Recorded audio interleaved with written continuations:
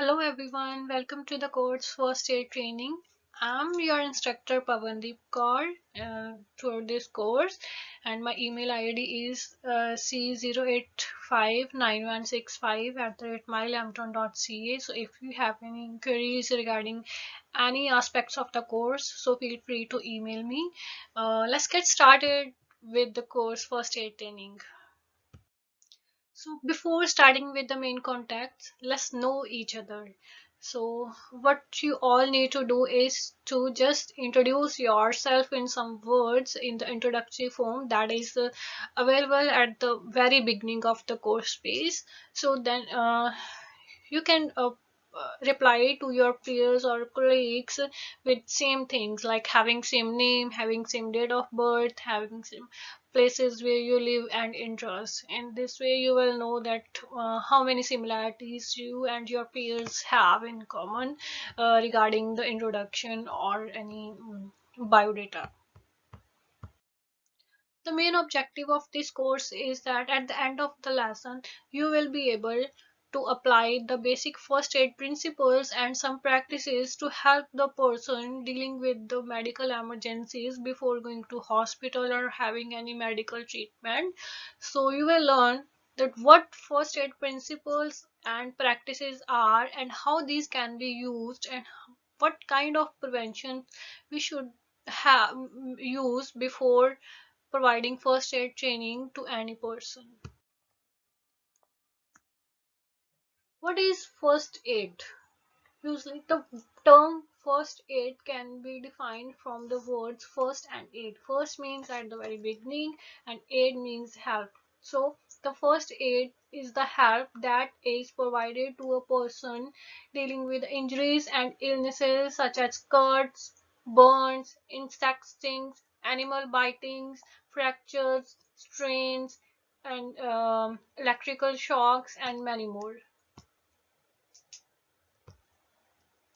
The first aid usually provided by the person that are around any patients. These can be any professional doctors or to any normal person.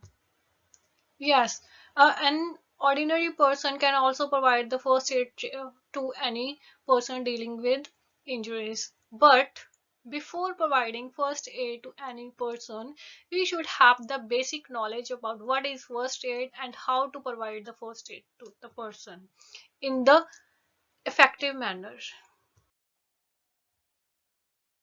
Let's discuss about the principles of the first aid. There are three main principles of first aid.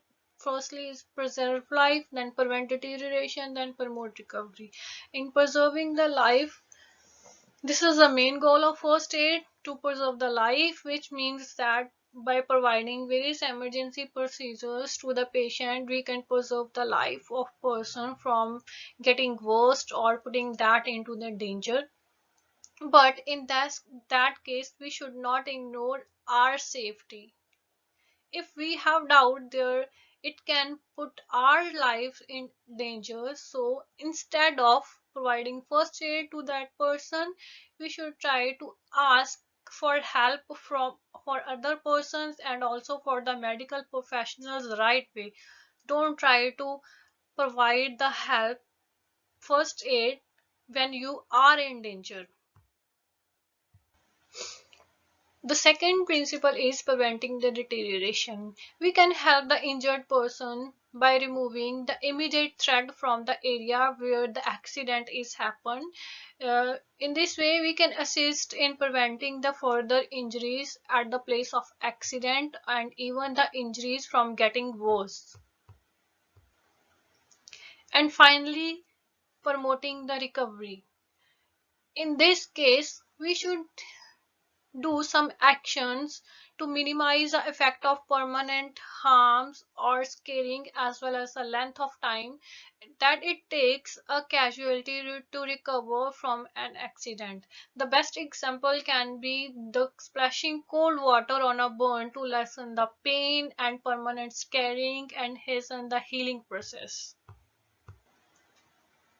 So keep in mind, firstly preserving the life of person, then preventing it getting deteriorated, and then promote the recovery. Here are some first aid practices that we should know before providing first aid to the person. First is taking immediate action. This is the basic of preserving life principle of first aid, means prompt action after an accident can prevent the more damage and to saves the life of the person dealing with medical emergency. So you should not hesitate to assist if you know that how to deal with that situation before going to the doctor, whether it is due to any illness or any injury or any accident.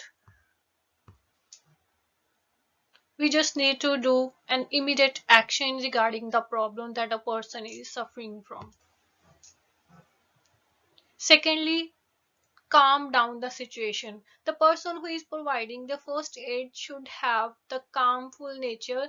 He should not get nervous while providing the first aid, because if we get nervous, then the person or the patient will also get nervous. So in that situation, take the deep breath and think about what should we do and what kind of injury it is, then take an action. Like in an emergency, reassurance can offer more assistance than you might anticipate any aid in decision making.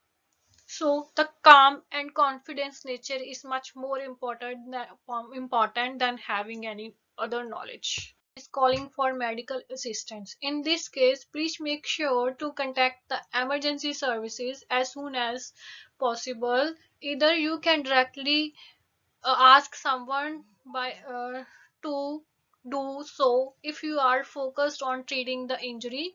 By doing this, you can be sure that a medical professional is coming to take care of that person in the further steps, so that will boost your confidence and you can focus more on providing first aid to that person.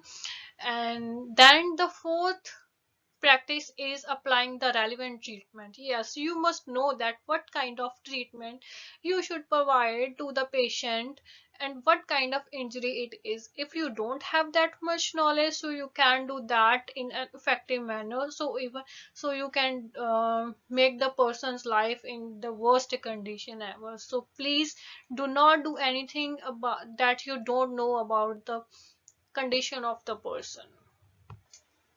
So use the appropriate method, the suitable method for the various kinds of injuries. So if you don't have that much knowledge, so you can watch the video that is provided in this PPT. Okay, talking about the preventions, there are different types of preventions according to the type of injuries to be dealt with, but there are some standard preventions that we should know before providing the first aid to any person. First is the washing hand and other skin surfaces. If we are providing the first aid to the person, so we should be clean.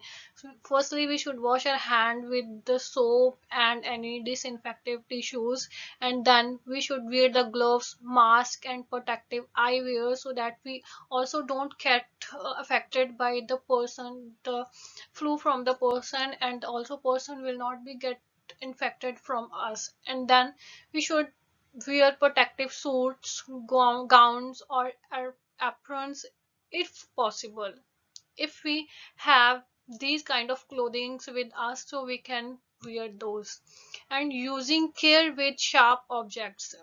In the first aid kit, we have various types of things like bandage and ointments and sharp things like the scissors and knives. We should use those things very carefully and disinfect all the contaminated surfaces where we are providing the first aid to the person. When after he is sent to the medical for the medical treatment, we should disinfect that surface so that another person will not get disinfected from that place, because the germs are over there. And then using the designated disposable containers, we should use the disposable containers and dispose of those infected containers. And then use protective resuscitation mask for cardiopulmonary resuscitations. In any cardiovascular diseases, we should use the airbags or the masks to help the people breathe in. And then not eating, drinking, applying cosmetics or lip balm, smoking or handling contact lenses where exposures may occur. Like we should not eat, drink, and apply other cosmetic things. We do not do anything than providing the first aid training to the person. In other words, we should not multitask. And then contacting the environmental services staffs who is trained to clean spills of bodily fluids. If a police is infected with the body fluids and the bloods, so the environmental services staffs who has the very effective things to clean the surface, we should contact with them rather than doing that yourself. So, because there are more chances of getting affected from that flues of ours if we do on ours, because sometimes we don't have that much knowledge and things and the ingredients to disinfect that surface. Okay. As we learned various things regarding providing first aid to the person, from the precaution to practices and then preventions, so there is a lot to remember, but the main thing that we should not forget is are the practices. Yes, take the immediate actions, come down to the situation, call for medical emergencies, and apply for relevant treatment before sending that person to the uh, medical professionals or the doctors or to the hospitals. There is a task this week, and that is not very difficult but very important to go further with this course. I have an added one test that is due next week, so this is it has only 10 questions that are based on the content that we have learned in today's class regarding the precaution practices and principles of first aid. So take it seriously and don't take it too don't think that this is too difficult for you. The questions are very simple and the test has only one attempt, and this is the graded. So please attempt this test before the next class. It is very simple and it will make you ready for the next things to learn about the first aid training. Okay. Any questions? If you have any questions, I'm waiting for you almost 2 minutes today. So you can ask me any question regarding the course content, regarding any, the test that I have provided to you. I'm just waiting for you.